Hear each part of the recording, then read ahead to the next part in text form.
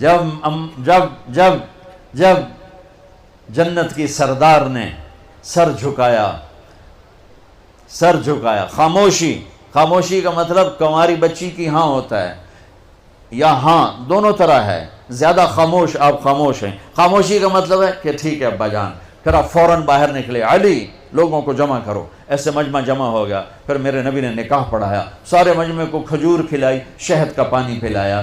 یہ خوبصورت زندگی میرے نبی نے سکھائی ہے، اور میرے نبی نے خاوند اور بیوی کا تعلق سمجھایا۔ عرب کے ماحول میں جیسے میں بتا رہا تھا، عشق معشوقی کے اشعار بھرے پڑے ہیں، تو معشوقہ سے عشق کا اظہار ایک فخر تھا، اور بیوی کے بارے میں کہنا مجھے بیوی سے پیار ہے، یہ ایک عیب تھا۔ یہ عرب کے ماحول میں انتہائی برا سمجھتے تھے کہ کوئی سردار بھرے مجمع میں کہے کہ مجھے بیوی سے پیار، میرے اتنی معشوقیں ہیں، اس پر وہ بڑا فخر کرتا ہے، لیکن بیوی سے پیار، اس پر سارے اس کو لعن طعن کرتے ہیں۔ اس ماحول میں ایک صحابی آتے ہیں، یا رسول اللہ من احب الناس الیک، آپ کو سب سے زیادہ کس سے پیار ہے؟ تو آپ نے اس کے کان میں نہیں کہا، آپ نے زور سے کہا عائشہ سے، عائشہ سے۔ وہ تو ہل گئے، نگلا بھی ہے کی بنی، یہ تو کھلی مجلس میں بیوی کا نام لے رہے ہیں۔ تو انہوں نے سوال بدلا جلدی سے، نہیں یا رسول اللہ، میرا مطلب ہے کہ یعنی مردوں میں کون پیارا ہے؟ تو آپ نے اس کی رگ پکڑ لی، تو اب آپ نے کہنا تھا ابو بکر، تو آپ نے کہا عائشہ کے عباس، عائشہ کے عباس۔ سبحان اللہ۔ خاوند اور بیوی کا رشتہ کیسے چلتا ہے؟ ڈگریوں سے نہیں، شکل سے نہیں، بڑے گھروں سے نہیں، زیور سونے چاندی سے نہیں، بڑی تنخواہوں سے نہیں، بڑے کاروبار سے نہیں، میرے نبی والے اخلاق، میرے نبی والے اخلاق، میرے نبی والے اخلاق۔ بچوں سیکھو، میرے نبی کی زندگی پڑھو، میرے نبی کی زندگی پڑھو، پھر آپ کٹھے پڑھتے ہو۔ ہم اس طرح، ہماری حدود ہیں، ہماری باؤنڈریز ہیں، کراس کریں گے ہم ذلیل و خوار ہو جائیں گے۔ اللہ تعالیٰ نے یہاں چند پابندیاں دے کر ہمیشہ کی آزادی دینے کا وعدہ فرمایا ہے، یہاں تھوڑی دیر کی تکلیف دے کر ہمیشہ کی جنت کا وعدہ فرمایا ہے، یہاں چند دن کی زندگی، وہاں وہ زندگی کی جس کی انتہا کوئی نہیں۔ ایک منظر کو دیکھنے بیٹھے گا، لاکھوں کروڑوں سالوں سے میں گزر جائیں گے۔ اس زندگی کو سیکھنا ہے، یہ تبلیغ کا کام، اس کو سیکھنے کی محنت۔ آپ سب سے گزارش کرتا ہوں کہ اپنی تعلیم میں زور دو، اپنے اساتذہ کا ادب کرو۔ آپ لڑکے لڑکیاں کٹھے ہو، ایک حد بیچ میں باقی رکھو کہ شرم و حیا باقی رہے، شرم و حیا باقی رہے، شرم و حیا باقی رہے۔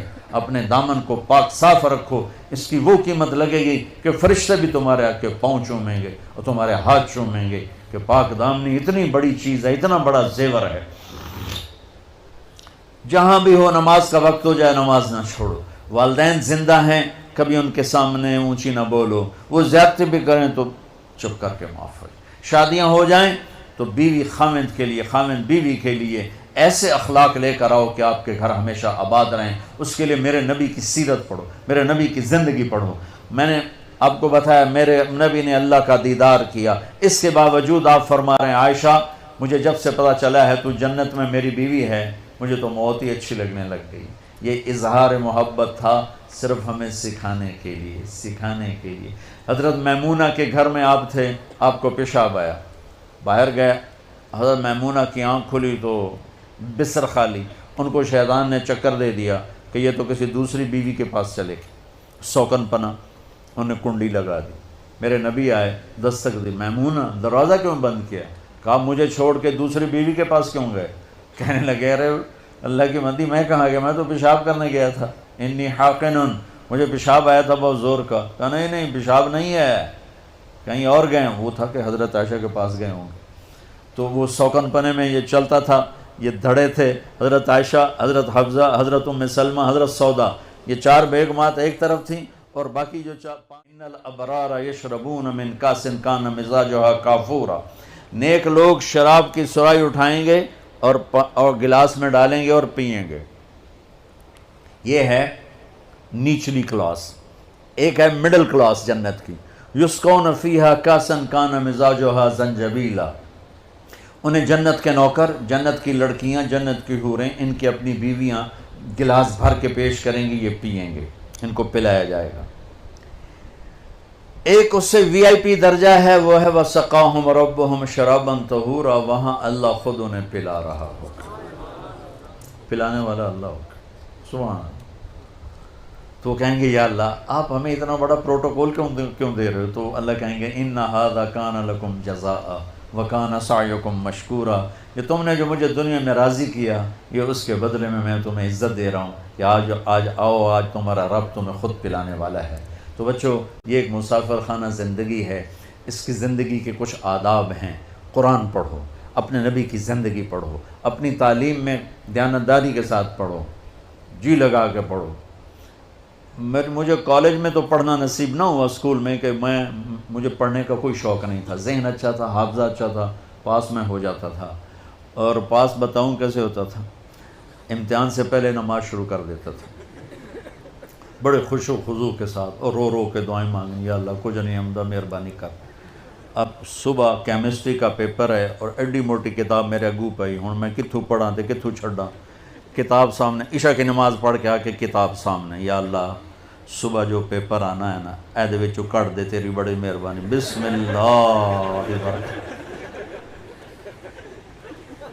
آپ یقین مانو میں ہمیشہ اچھے نمبروں میں پاس ہوا اور صرف یہی چکر چلاتا رہا، یا اللہ کل کیا آنے والا میں انتا نہیں بتا، بسم اللہ بسم اللہ۔ کوئی 15-20 دفعہ یہ میرا ایکشن ہوتا تھا، جو نکل آتا 5-10 صفحے ادھر پڑھے، 5-10 صفحے ادھر پڑھے، رٹا میں لگاتا نہیں تھا، ذہن میرا اچھا تھا، میں پڑھتا تھا، مجھے یاد ہو جاتا تھا۔ یعنی آپ اندازہ لگاؤ بھائی، جو کلاس کا جو انچارج ٹیچر ہوتا ہے، اگر کوئی بچہ پوزیشن لے تو وہ خوش ہوتا ہے کہ میرے سیکشن کا بچے نے پوزیشن لی۔ سینٹرل ماڈل سکول اس وقت ایک ماڈل سکول تھا پورے پنجاب کا، اور بہت اس کا ہائی میرٹ تھا۔ 2 سکول معیاری تھے اس وقت، ایک سینٹ اینتھنی اور ایک سینٹرل ماڈل۔ اس میں 8ویں کلاس میں سکول میں سیکنڈ آیا، ٹھیک ہے۔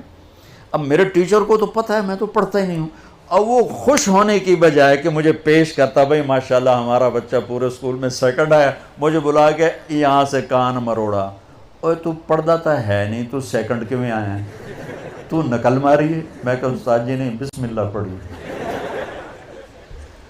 تو تم ایسے پڑھائی نہ کرو، پڑھائی کے ساتھ انصاف کرو اور اپنے ٹیچرز کا ادب کرو، اللہ سے علم مانگا کرو، علم بہت بڑی دولت ہے۔ پیسے تو ہر کس و ناکس کے پاس ہیں، علم ہر ایک کے پاس نہیں ہے، چاہے وہ دین کا ہے چاہے وہ دنیا کا ہے، وہ قابل عزت ہے، قابل احترام ہے۔ اپنی قوم کو اگر عزت کے معیار پر لانا چاہتے ہو تو ایک تقوی اختیار کرو، ایک اپنے علم میں جان لگاؤ، تاکہ تم ریسرچر بنو، ڈگری والے نہ بنو کہ بس تنخواہ لگ جاوے تو نوکری لگ جاوے، ایسا نہ ہو، بلکہ تمہارے اندر علم کا جذبہ اٹھے۔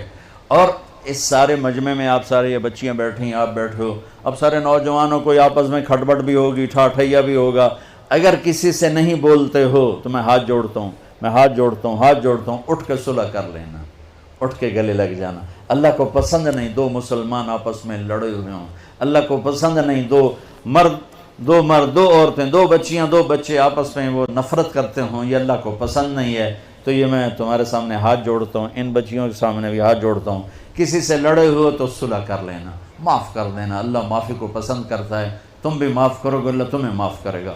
اور چھٹیوں میں آپ سے کہہ رہا ہوں، آپ موقع ملے تو تبلیغ میں وقت دینا، انشاءاللہ آپ کو بہت نفع ہوگا۔ نیت کرتے ہو سارے بھائی؟ درود شریف پڑھو۔